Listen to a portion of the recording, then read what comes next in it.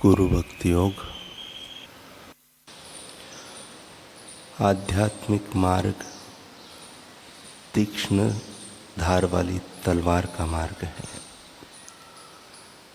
जिसको इस मार्ग का अनुभव है, ऐसे गुरु की अनिवार्य आवश्यकता है। अपने सब अहंभाव का त्याग करो और गुरु के चरण कमलों में अपने आप को सौंप दो। गुरु आपको मार्ग दिखाएंगे और प्रेरणा देंगे। मार्ग में आपको स्वयं ही चलना होगा।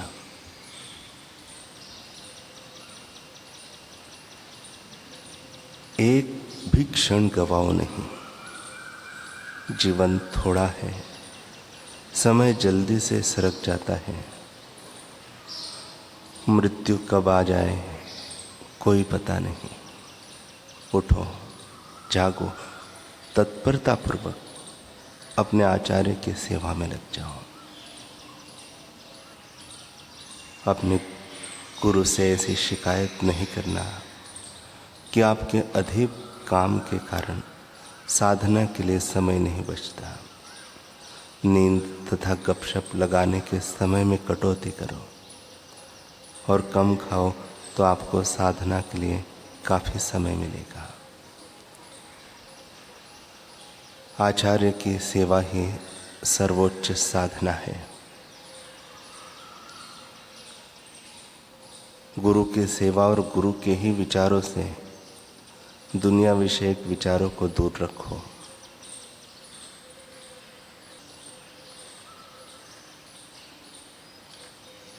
अपने आध्यात्मिक आचार्य के आगे अपनी शक्ति की बढ़ाई नहीं करना या प्रमाण नहीं देना। नम्र और सादे बनो। इससे आध्यात्मिक मार्ग में आप शीघ्रता से प्रगति कर सकोगे। सच्चे सद्गुरु शिष्य को पथ पथ पर मार्गदर्शन करते हैं। सच्चे शिष्य को सदैव गुरु की शरण में रहना चाहिए। सिद्धार्थ जब बुद्ध बन चुके थे, तब वे पहली बार भिक्षा लेने अपने पिता के राज्य में पहुंचे। लौटते समय बुद्ध ने अपना भिक्षा पात्र नंद के हाथ में पकड़ा दिया। नंद भी माता गौतमी और राजा शुद्धोधन का पुत्र था। भिक्षा पात्र लेकर नंद बुद्ध के पीछे पीछे चलने लगा। उसे था कि बुद्ध जब अपना भिक्षा पात्र ले लेंगे तब वह वापस राजमहल लौट आएगा।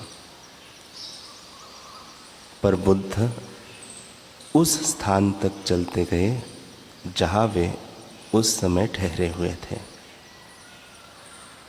नंद भी उसका भिक्षा पात्र थामे संग संग उनके संग में पहुंच गया था। बुद्ध मुड़े और बोले, नंद, क्या तुम भिक्षु बनकर निर्वाण पथ का अनुसरण करोगे?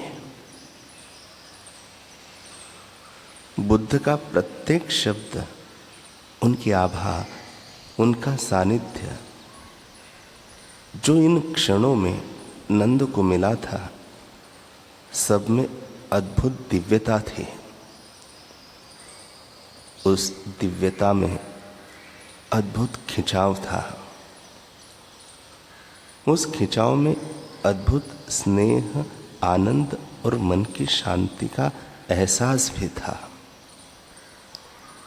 हालांकि नंद का विवाह एक बहुत सुंदर कन्या से तय हो चुका था, परंतु वह इस दिव्यता को ठुकरा भी नहीं पाया और अकस्मात ही कह उठा, कि हाँ बुद्ध, मुझे भी आपके इस पथ पर अनुगामी बनना है।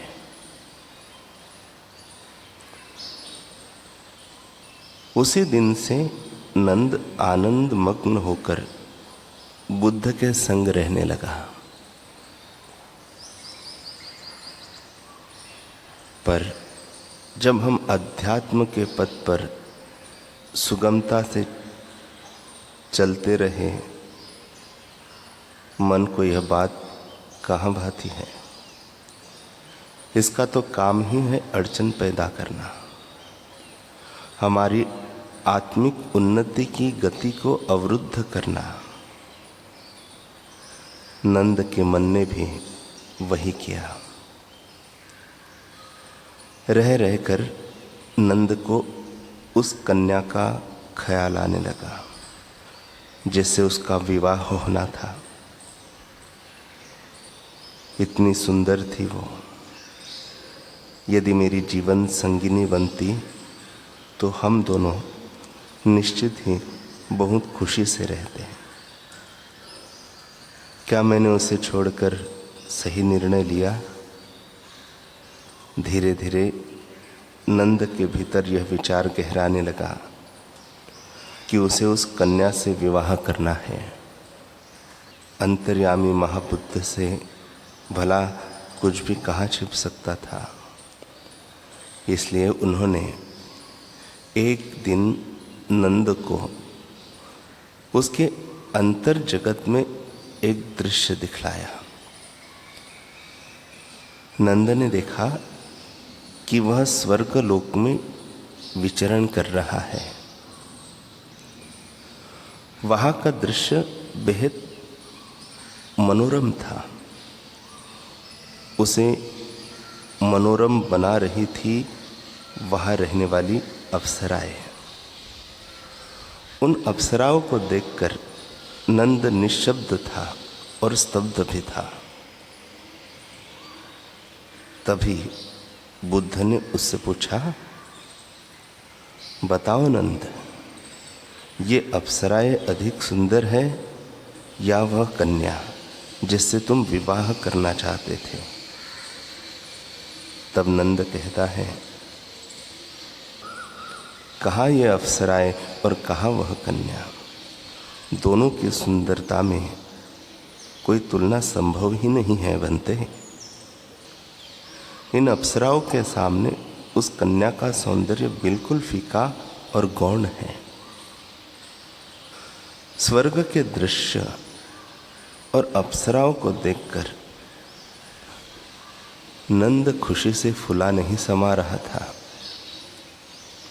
तभी वहाँ एक सिंहासन देखते हुए उसने कहा, यह किसका सिंहासन है? यहाँ कोई बैठा क्यों नहीं है? उन अप्सराओं ने कहा, यह स्वर्ग के पुत्र का सिंहासन है। धरती पर बुद्ध का एक शिष्य है नंद।